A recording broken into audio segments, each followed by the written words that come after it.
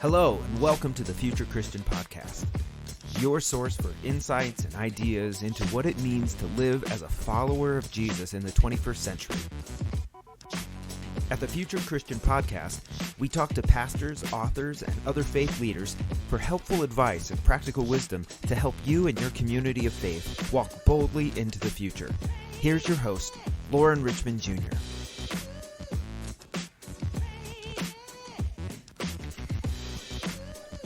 Welcome to the Future Christian Podcast. Today I'm welcoming Steve Ringelspaugh to the show.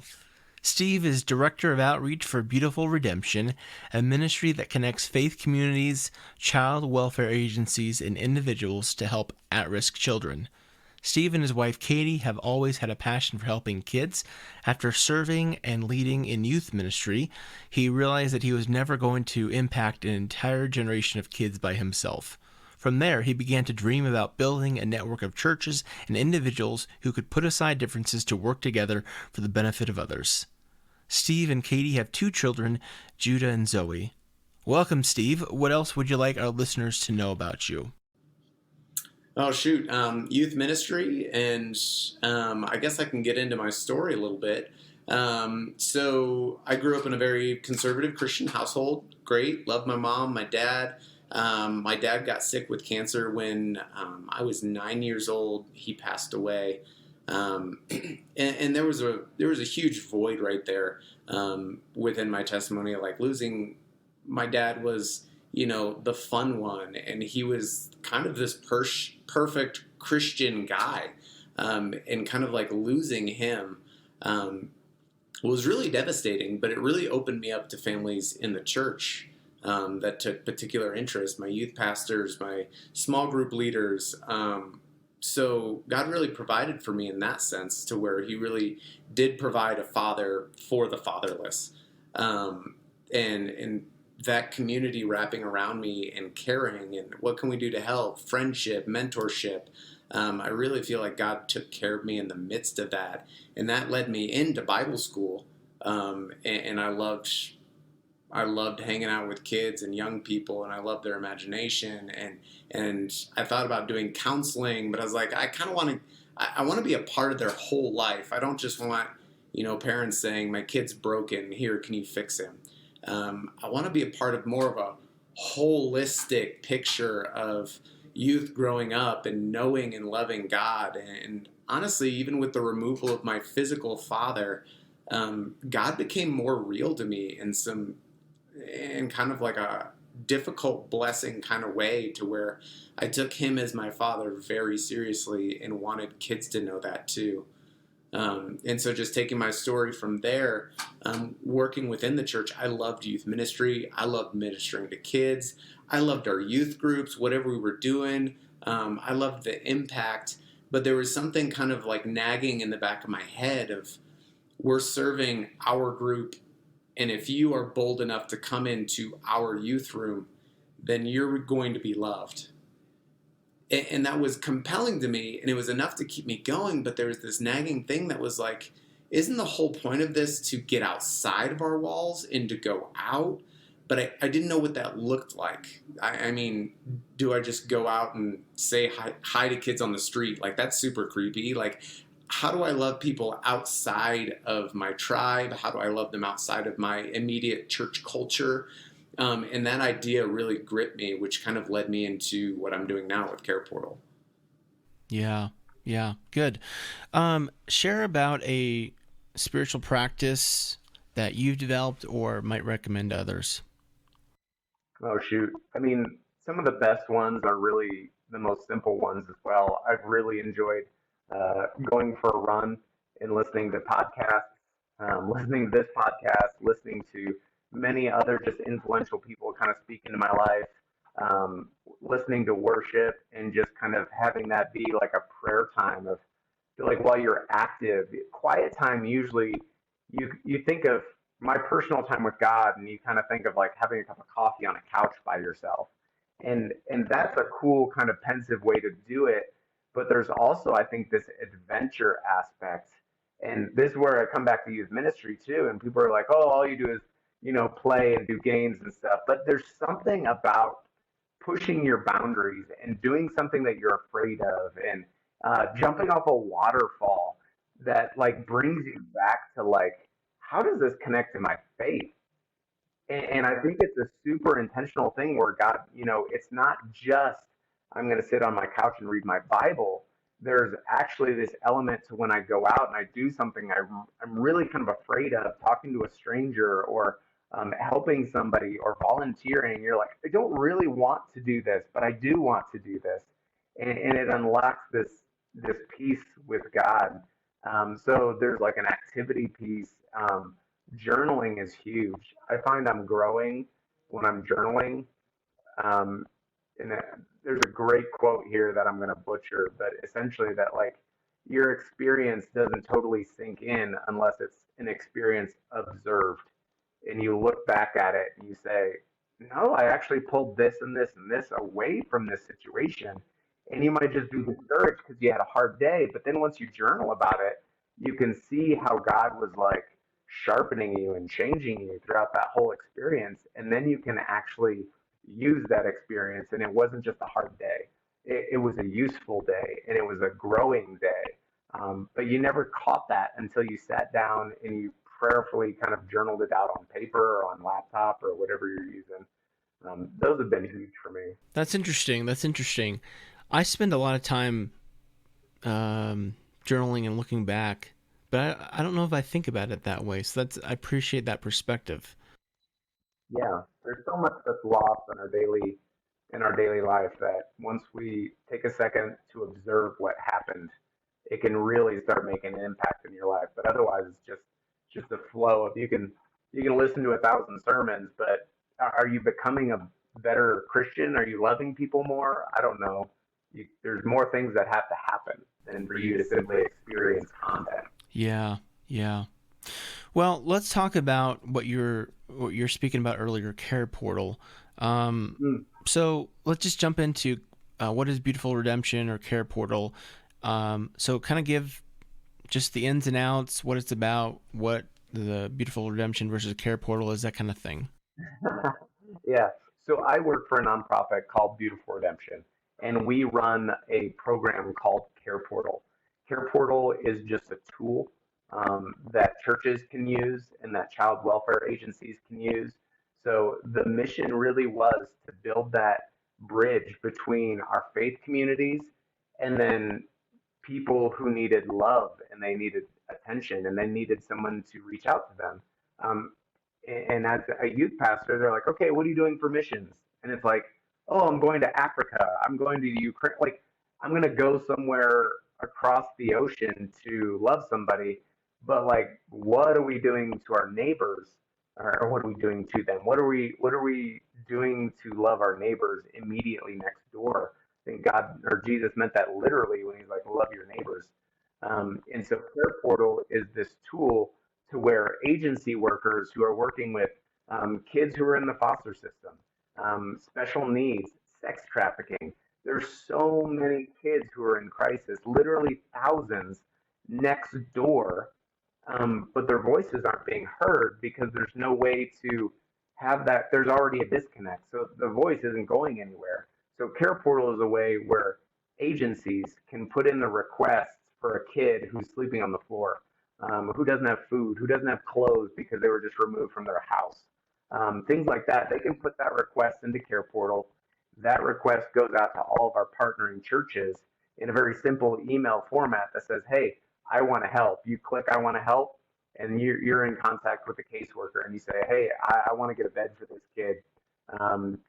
Does he like cars? Does he like superheroes? Whatever. And then sooner or later, you're over at their house setting up a bed for a kid who is sleeping on the floor. Hey, I want to pray for you. Did you know like that God loves you? And just powerful moments like that combine faith with an action of loving your neighbor in a tangible way. Yeah, what I like about a couple things you said is I feel like in the last, I don't know, 10 or 15 years, I don't know what your take on this would be, Steve, that I feel like there's really been a re-emphasis on serving your community. I don't know if our missionary friends who work overseas might feel like it's come to the detriment of them. I don't know. I'd be curious. And certainly depends on who you speak to. Some people might have trouble with some of the ideas of, some of the concepts of overseas missions in general, mission work in general. But that being said, I really think there's been a good re-emphasis on this kind of local serving my community.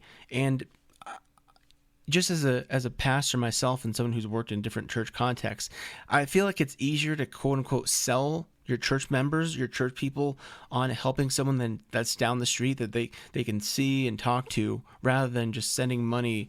Not that, some might say both are important, but it seems like it's an easier thing to quote unquote sell to people. Yeah, easier and harder. I totally understand that tension between going overseas. You can pay $5,000 to go on a missions trip, but what could that church in Uganda have done with $5,000 in order to expand their mission? But I've been on those missions trips, and it changed the trajectory of my life. Waking up to little children being like, "Come, Steve, let's play," and you're like, "Oh my gosh, this changes how I see the whole world." So it's really a both and not demonizing one or the other, but also understanding that missions isn't writing a check to an organization that's doing something overseas somewhere. Mission is something that says, "Oh, God loved me. I need to love other people." And sure, that can look financial, but it's not purely financial. It's also got to be relational, and you can't divorce those two either. So if you're being relational and you're loving kids in, New Zealand, great. And if you need a way to plug in and to love your neighbor here in the States, that is a fundamental part of what it means to follow Jesus, is I need to figure out how to do this every day of my life. And I'm not going to criticize you because you get on a plane. That's fantastic. But it's also a part of your daily walk. What do you do here? If you're not loving people here, why would I put you on a plane and send you across the world? That doesn't make any sense. That's great. That's great, Steve. I was thinking about there's a guy I know who used to work for a kind of a mission. I'm not sure what their missions type nonprofit agency who was about sending youth groups to Mexico to build houses for low income folks. And his story was very much kind of what you alluded to about how when he was a youth, he went and it changed his life because it was such a kind of like shakeup of his world as he knew it. And that's that's the thing. As much as youth group mission trips and overseas mission trips, group mission trips can get a bad rap for white saviorism or whatever, I think what you said is in many ways is true. It presents and gives a lot of white upper class suburban kids an opportunity to see like this is the real world. This is who we're called to care and love and serve as followers of Jesus. Yeah. And then as you travel a little bit, and then you kind of you said it, this kind of white savior, I'm an American, I'm going to go evangelize the world. And then you're talking to people on the other side of the world, and they're like, "Yeah, no, we see your politics. We see what you're doing in America. Why are you over here to save us? Why don't your churches like each other or work together? Or like, what are you doing to help? There's this and this and this crisis going on in America, in the United States. Like, what are you guys doing to address that?" And those are hard questions to grapple with. Yeah.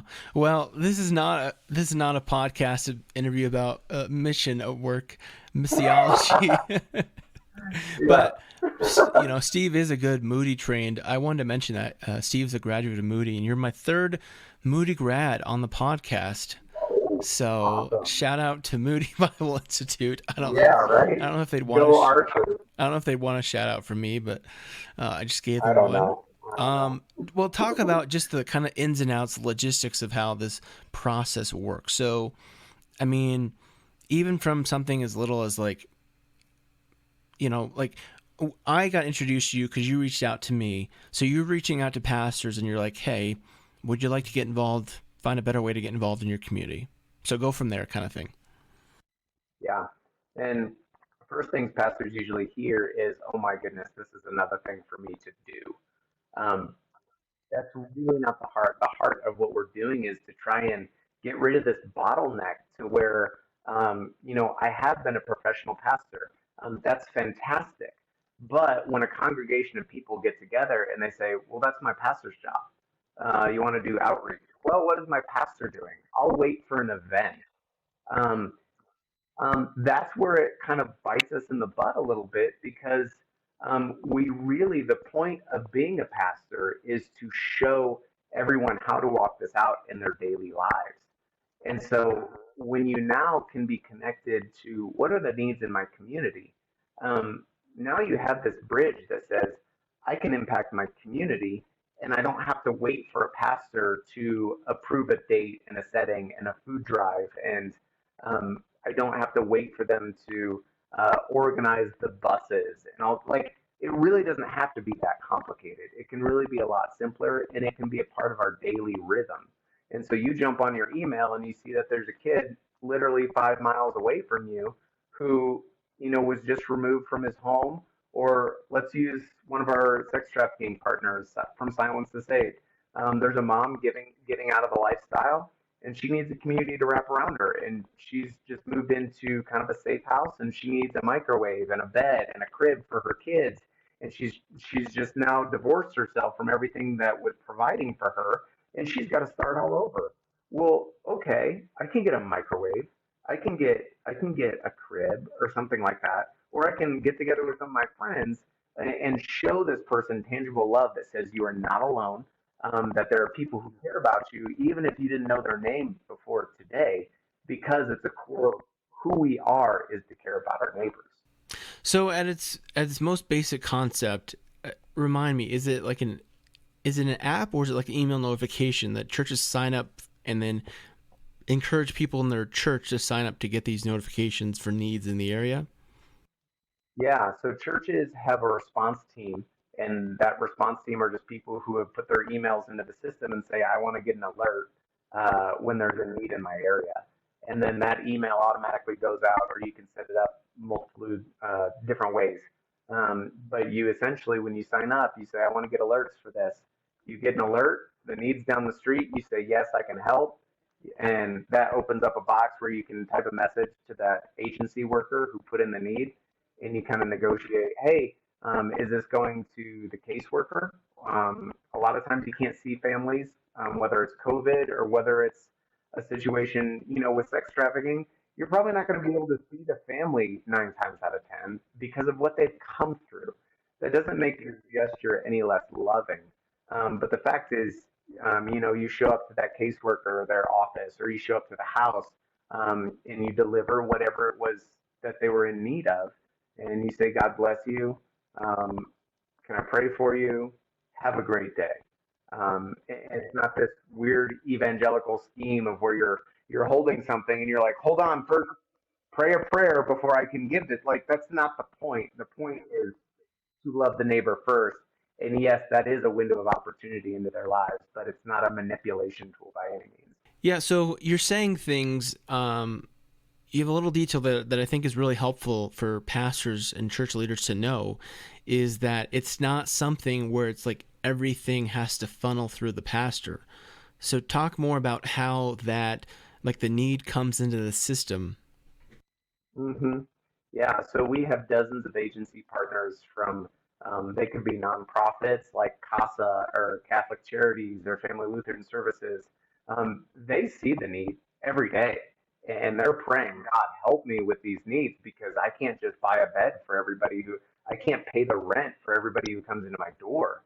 But it really gives the agencies a tool where they can say, okay, you can't pay your heat bill. Okay, I think I can help with that. They jump on the care portal, put it in the care portal. That blasts out to a 10, 15, 20-mile radius, all these churches nearby. And then now you have Lisa from ABC Church who says, oh, no, I'd love to help you with your heat bill. I don't want your children to be freezing cold tonight. I can get involved in that. And now, you have that person donating their own time, their own money to come and love this person.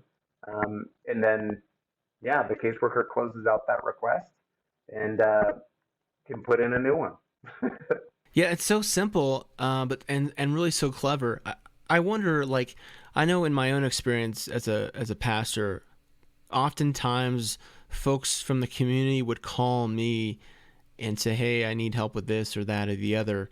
Um, is this a thing that like a pastor? So like if I'm a church pastor and I get that kind of call and I don't have that resources on my own, or to be honest, it sounds like it'd just be simpler to do it this way.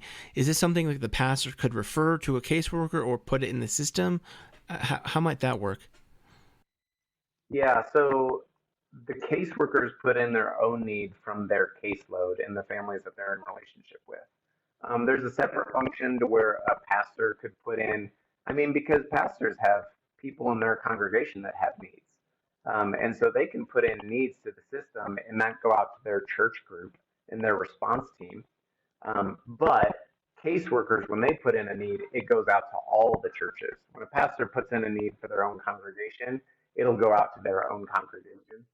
Um, but yeah, that's just like a vetting process for how it works because whenever you're giving help to people, there has to be someone that says, is this what you really need? Is this what's going to help you in the long term? And, there's plenty of places where you can put in your own need. And that just tends to get taken advantage of because do you need $500 for rent? Do you need a job? What do you really need? And so these caseworkers know that kind of stuff and they can vet the need. So people don't have to worry anymore. Oh, if I give, $20 to this homeless person, what are they really going to use it for? You don't really have to have that internal dialogue anymore because these are vetted needs from accredited agencies putting in a need on behalf of another family that they've been walking alongside. Yeah, that's really helpful because I know even myself as a pastor, when I've been in those kind of situations, you always wonder when folks show up at the church door, you want to be generous, but you're like, I really don't know who this person is. I remember like many years ago, like taking someone down. I was a youth pastor, this youth director actually at this church, and the senior pastor's like, "Hey, go buy this person gas." So I went with him. And it was just kind of this awkward. Now, I guess I should have just swiped the card and left, but I thought my pastor wanted me to stay until this guy finished filling up. So he's like squeezing every like drop of gas he can into his tank. You know how they say like once the pump stops, you're supposed to let it stop. He just kept going. And he's like started spilling out. He's just like, "Oh, that's normal." And I was just like. He's getting tubs out of his truck and he's filling those tubs up. But then he's like, hey, while I've got you here, let's just see how long this thing can ride. So it was a good learning opportunity for me, for sure. And that's kind of a silly example, but that can happen. That can be a worry. And like you said, the great thing about this is these are families who are vetted, and even maybe better than that, like they've got someone who's looking out for them, who's going to help them make the most. I don't know if that's the right way to say it, but to make the most of these resources and help get them on the path to healing and growth. Yeah. You never want to second guess people's motives, but from my personal experience being the youth pastor and then taking on a lot of those benevolence things where people knock on the door, in most cases, we were the fourth church that they had knocked on our door asking for help. And that does mean that they are insignificant help, so you want to help them, but, you also don't want to play into them kind of taking advantage of the system and just, hey, churches will give me money, so I'm just going to go all of these churches. It kind of removes that whole barrier there. Yeah, I remember, like, at one church I was at, like, I remember getting a call from this one guy, like, every 6 to 9 months, and I knew it because he'd always get mad the same way when I said no. Yeah. And that stinks to say no because you want to love people, like, as the church. It's just how we love people. Another example was there's this homeless guy who would come by, and I swear he was resourceful. Every time that I was serving food at the church, he was there. And I don't know how he always knew to be there. But I remember at one point just listening to his conversation, and he talked about his casework or whatever. And I remember I just did some searching and was able to find his caseworker and talk to his caseworker. and the caseworker was like, yeah, this guy is, had struggled to maintain his own housing situation and lost some housing situations because of behavioral things or whatever. But I really thought like that would have made me going through the casework would have been a lot more efficient and probably responsible with the funds, because when this guy first started showing up, like folks in our church was like give him a hotel room and buy him this, that, and the other, which is good. I don't want to dismiss people's efforts to be loving and generous, but someone who's been working with that kind of person, like a caseworker, is going to have a better understanding of what this person really needs to get back on the path to healthy living and full holistic life, as you say. Yeah. It comes back to just what does it mean for the future of Christianity? Coming back to just this podcast is okay, that was great. We did this for a while, but then we found some problems and we're moving forward now. I mean, you've got the evangelical crusades where, 1,000 people come to know the Lord, but wait, there's no discipleship process and there's no churches set up to actually help this person grow. And they said a prayer and they heard a great message, and maybe that sparked some ideas, but the process is not over yet. It's a whole discipleship, sanctification process that you're inviting somebody into.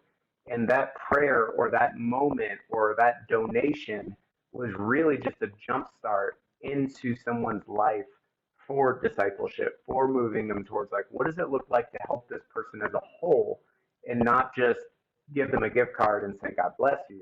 And that's a great start. And I'm not saying the Crusades were bad, or the Crusades, the like evangelical Crusades, like, no, the Crusades, I'm going to go with that. That was not great. That was not a good thing. But evangelical, like concerts and that kind of stuff, those are good. And we're not against those things. But there's my favorite word in the English dictionary that is, and we can do more, and we can do better. And how do we bring this whole process along? We're not bad mouthing anything that we've done in the past, but a church recreating the wheel to love their neighbor, every single church doing that, that's good that you guys are loving your neighbor. That's good that you're coming up with these programs. That's great.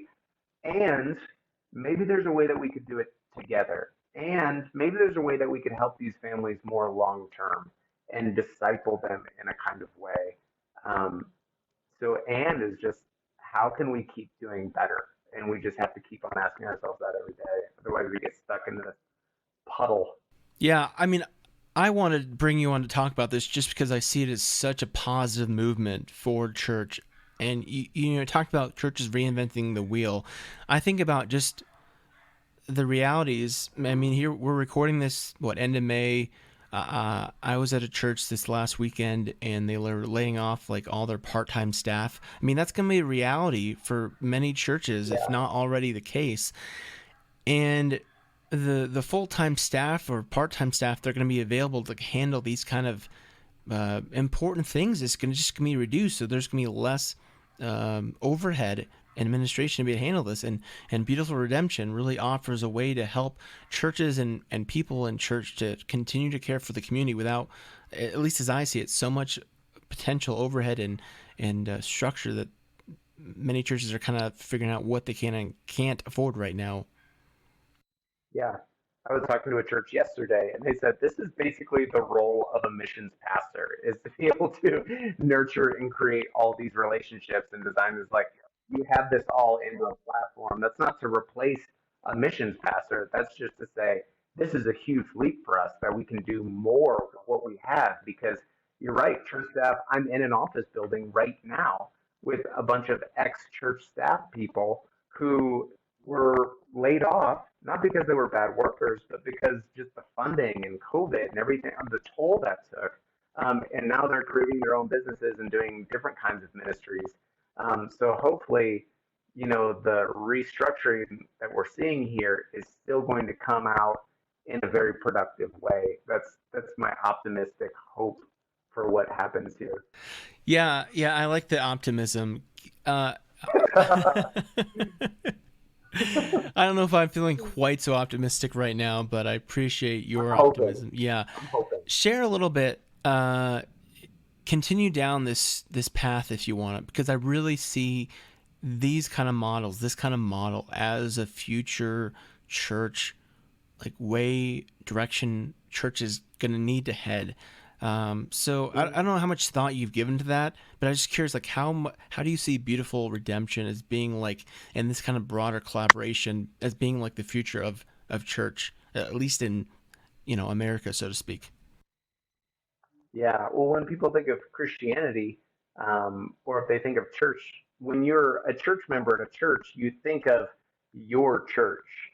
But when people from outside look at Christianity, they look at it as a whole. And they see the good, they see the bad, they see like, why don't you guys work together? Why don't you guys love each other? Or at some of the churches I worked with in the past, there was this competition mentality of XYZ churches doing this, and so they're taking away from our people, and that's going to hurt our bottom line. And it wasn't. I mean, it was a very human reaction, but in the same way, we need to do better. That wait, there's a church planting down the street. Shoot, let's help them. Let's send them some people. Let's work together because we are in this as a whole. We're not in this as separate parts in the body. And I would love that. I don't think you're going to solve the problem by creating another organization that has now gobbled up all the smaller organizations. It's not going to work like that. It's got to be some kind of network of mutual trust and working together with a similar mission to where we're saying, I'm not competing anymore. I'm working together with you. When we have a request that's met, a lady has a rent payment and a crib and a clothes, and wow, that's a big request. Well, when four different churches jump in and say, I can get one thing, I mean, how cool is that? That the church as a whole is serving this family, and it's not just ABC Church and great, we're the heroes here. No, it really points back to like Jesus is the hero here. Let's point back to him and everything that we're doing. Yeah, I love it. I love it all. And, maybe it's me being a little bitter towards big church, but I just think about kind of what you said is like, this is really empowers smaller churches, smaller faith communities to be able to impact their community. And they're not going to have necessarily a huge budget to have like a missions pastor even, but this is a way that they can get involved really more into the nitty gritty of the needs going on at their community, perhaps. So it's just such a Yeah. cool Whether you're concept. Yeah, whether you're a big church or small church, we've had churches sign on and we're like, well, we're just a little church. We're only like 75 people. We're not a big deal or whatever. But they've helped hundreds of kids. And they are getting it. Every time they get a request, they are there. They're at that door. And I know it's going to be gobbled up as soon as an agency puts in a request. It's not even on there for 24 hours. And our churches are reaching out in these little dinky churches who are really passionate. And sometimes we have these mega churches who it becomes another program um, that doesn't get a lot of airtime and it just kind of gets lost in it. We have other mega churches that say, hey, we're going to turn our basement room into a workshop and we're going to build 400 beds. And they've now delivered I think now they've delivered almost 500 bunk beds to kids who are sleeping on the floor. And so it's not a size problem. It's literally just like, if you have other ministries, that's great. But just because you're a small church doesn't mean you're doing less. And just because you're a big church doesn't mean that you're doing more. It's all a perceived thing of just like how active do you want to be. Yeah. Yeah. Well, I feel like we could go on and on about this, but because I'm super stoked about the program. Real quick, is this only local to Colorado, or is there opportunities for growth or using this in other states? Yeah, it is all over the country now. I can't remember how many states we're in. We're coming up on serving 100,000 kids nationwide. In Colorado, we just served our 12,000th child. I should say the church has served 12,000 kids in Colorado. So Beautiful Redemption manages Care Portal for Colorado, but there's like nonprofits that manage it in different states. But you can jump on to careportal.org and look at the map and see where we're active.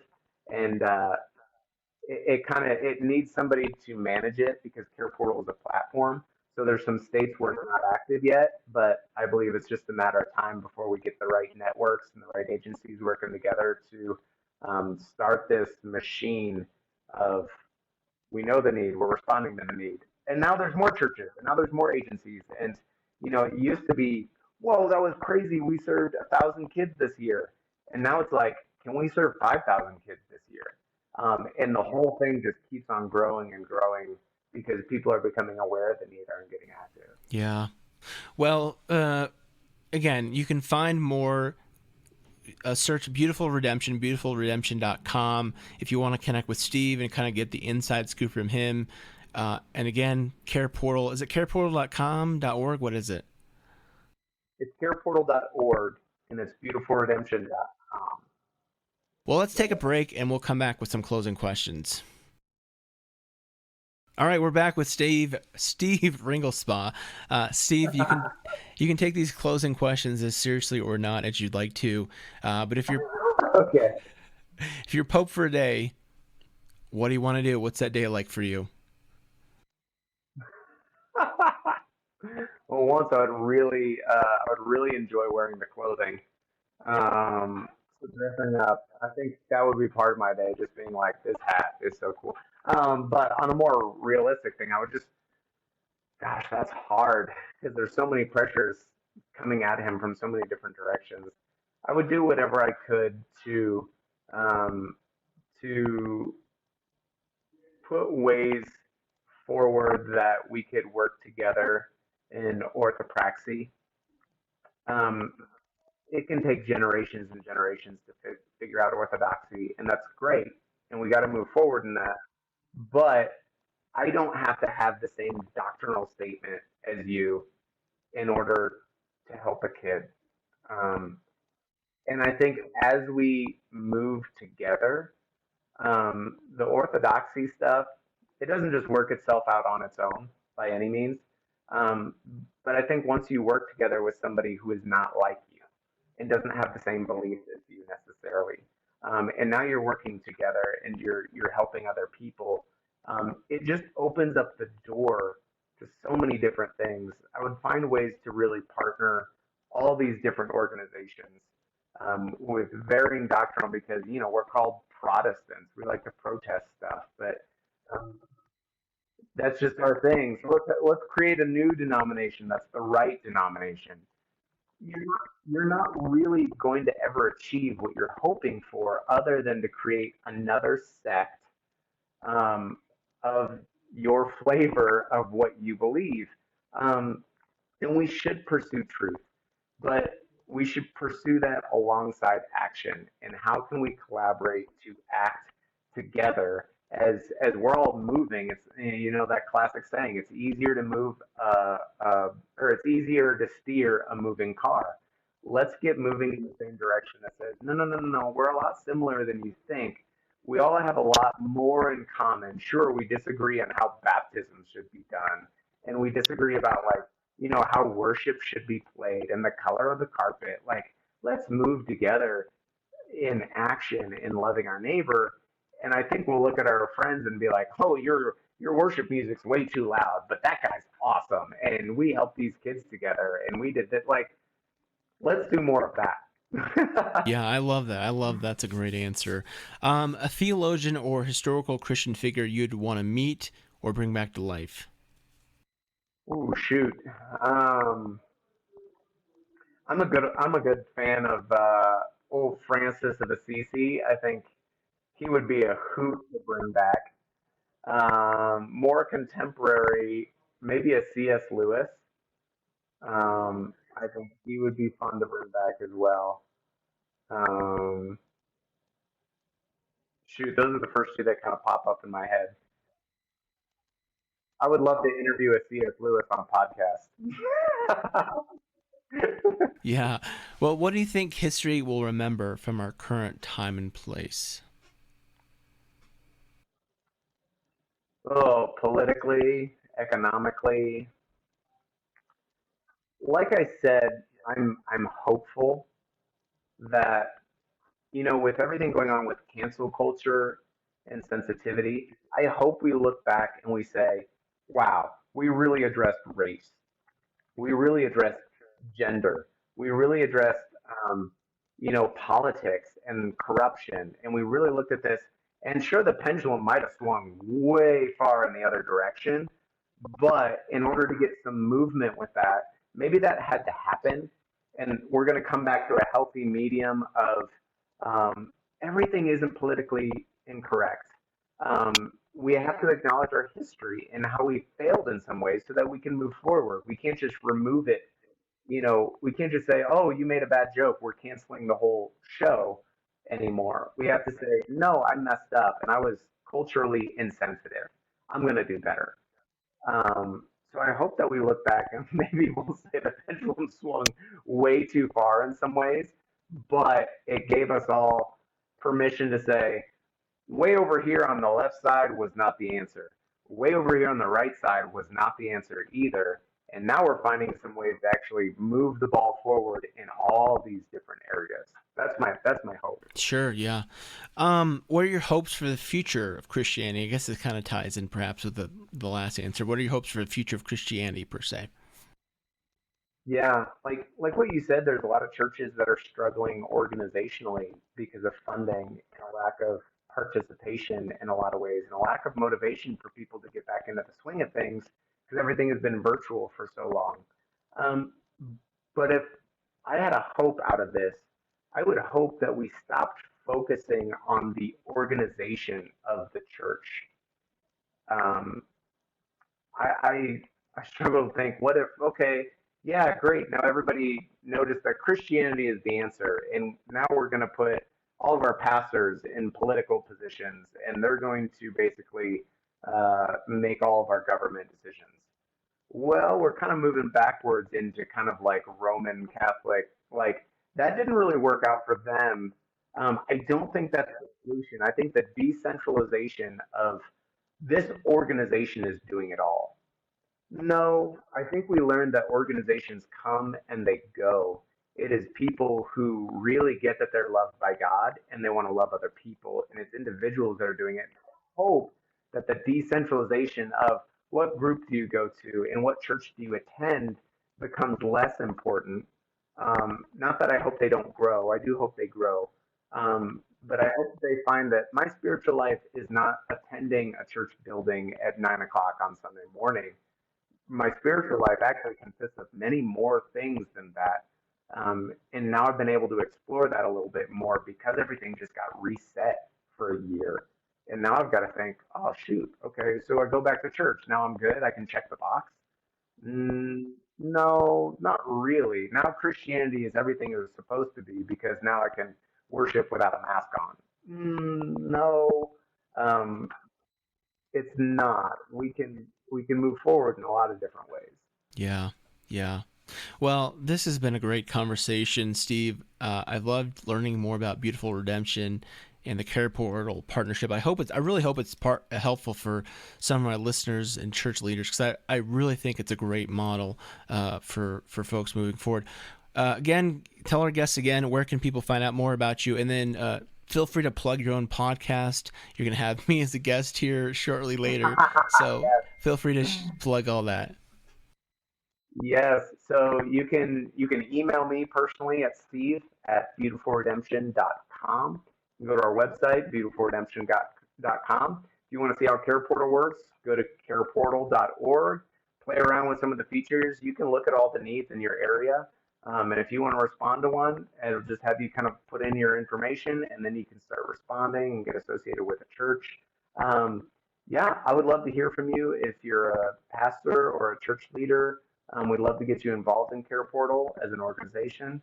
Yeah, our podcast is going to be launching here soon. We're filming our first season here, and then we're hoping to put that content out as like, what are agencies doing in the community to move the needle? And how can we be a part of that? And how can we move forward together? The future of Christianity is going to be a movement of love.